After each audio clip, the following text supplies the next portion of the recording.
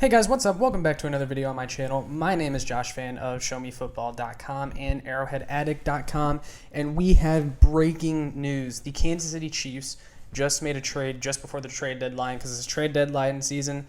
We all had moves that we wanted the Chiefs to make. Well, they made one today, and they traded for New York Giants wide receiver Kadarius Toney for a conditional third-round pick and a sixth-round pick.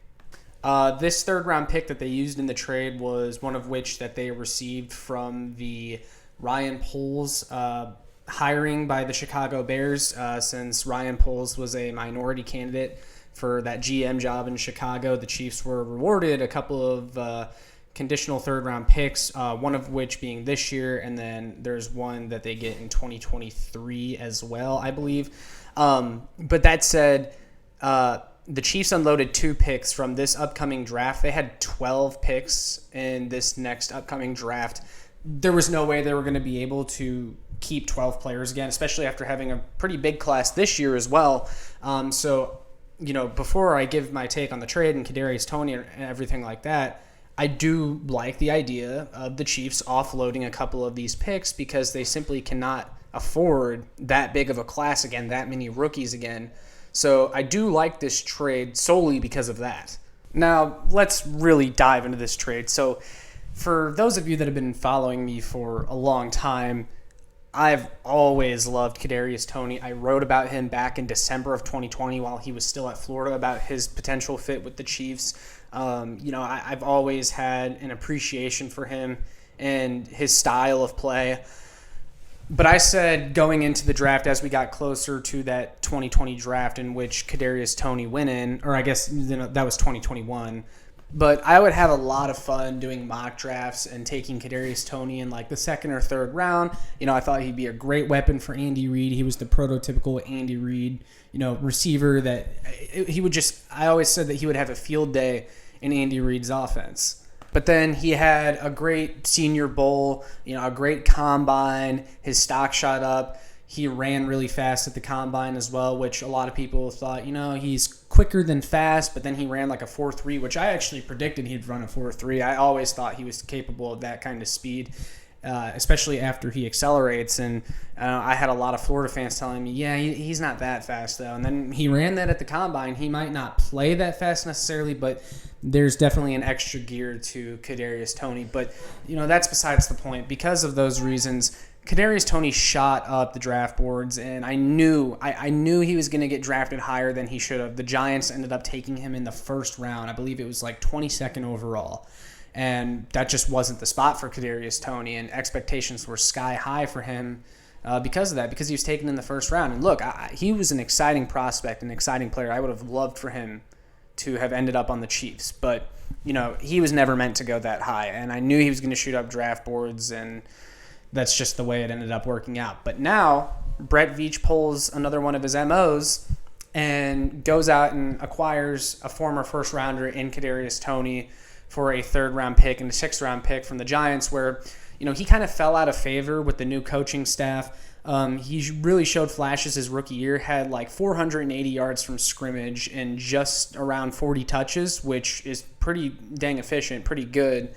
And then, he got injured this year. He's been battling injuries. He hasn't really done anything. Again, new coaching staff fell out of favor with him.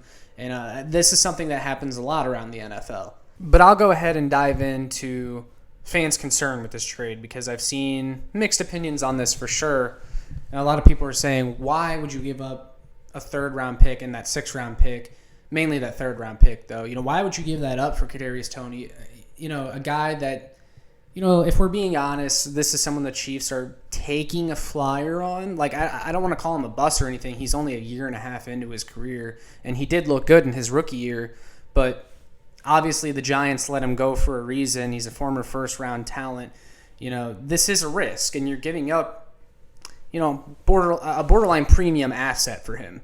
I get not liking the trade for that reason, but I'm confident that Kadarius Toney will be better in Kansas City than whatever the hell that third-round pick was going to be.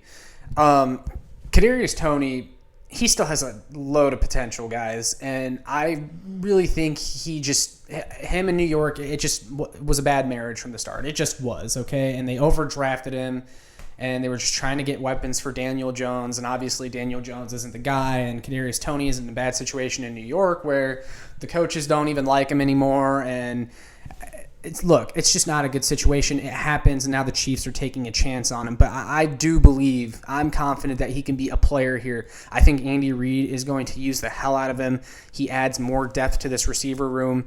And, this is a move in the middle of the season that I love because not only does it help you now, but this is a long-term move as well. Kadarius Toney is under contract for like another 3 years or so. He's still very young.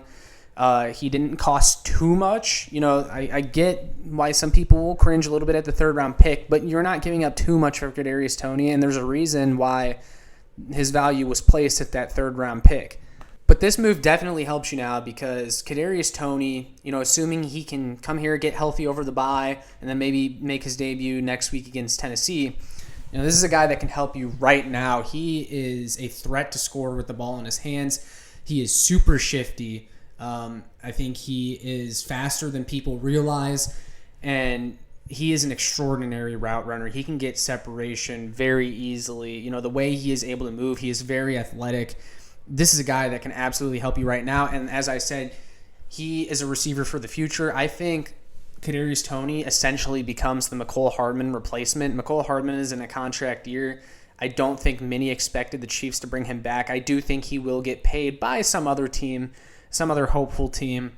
And then Kadarius Toney will kind of step into his place. And then, best case scenario, the Chiefs hold on to maybe MVS for another year. They bring back Juju, extend him. You still have Sky Moore in the fold. That's a pretty good young receiver core to have. And let's remember, this Chiefs offense is the number one scoring offense in the league so far after going up against some elite defenses in the Buffalo Bills, Tampa Bay Buccaneers, most recently the San Francisco 49ers, where the Chiefs had MVS and Juju Smith-Schuster, they both had over 100 receiving yards in that game, which is the first time that has happened in the Patrick Mahomes era where two receivers had over 100 yards in the same game. And now you're adding Kadarius Toney to this offense. Guys, this is exciting. I love Kadarius Toney. I loved him coming out, and I knew the Chiefs, he was the perfect player for the Chiefs, but he was out of reach for the Chiefs when he first came out of school and in the draft. Now they're finally able to get him from a Giants team that was selling him, and I love this move for the Chiefs. I think he has a super high ceiling still. I think Andy Reid's going to use the hell out of him. Like I said, he's going to find ways to get him the ball in space, which is all you got to do, and just let Kadarius Toney go to work. I think you guys are really going to like him. Definitely some injury concerns so far in his career. He's only appeared in 12 out of 24 games, but if he can come in here, get healthy, have some lower expectations because the Chiefs don't need him to produce right away, I think he can thrive in this offense. I really do. The guy just knows how to get open. He knows how to create yards after the catch, and he's an underrated deep ball threat as well. And, that's an area where the Chiefs, a lot of people thought the Chiefs would struggle, and they did early in the season, but they have more plays of 20 yards or more than any other team in the league this year now after their game against the San Francisco 49ers and the way they diced up that secondary. But now you're adding Kadarius Toney to the mix, another guy who can create big, explosive plays. I love this move for the Chiefs. I really am confident that he's going to be good here. I think a lot of people are down on him because of how things went in New York, but I don't think what happened in New York is a reflection of the player that Kadarius Toney is. I really believe in him. I do. I'm super psyched about this move, and I hope this means that the Chiefs aren't done at the deadline. Now, clearly they are being aggressive and they're making moves. I would still like them to go out and get pass rush help because, as I said, towards the beginning of the video, Kadarius Toney, I love this move, and I definitely would have been okay with the Chiefs adding any receiver, but receiver isn't really a glaring need. It's something that I'm glad the Chiefs went out and got even better. It just creates more possibilities for this offense. And he's the type of player that if he can get healthy and get right in this offense, can put you over the top again when you're going up against a team like the Buffalo Bills, where the Chiefs kind of struggled to create offense in that game.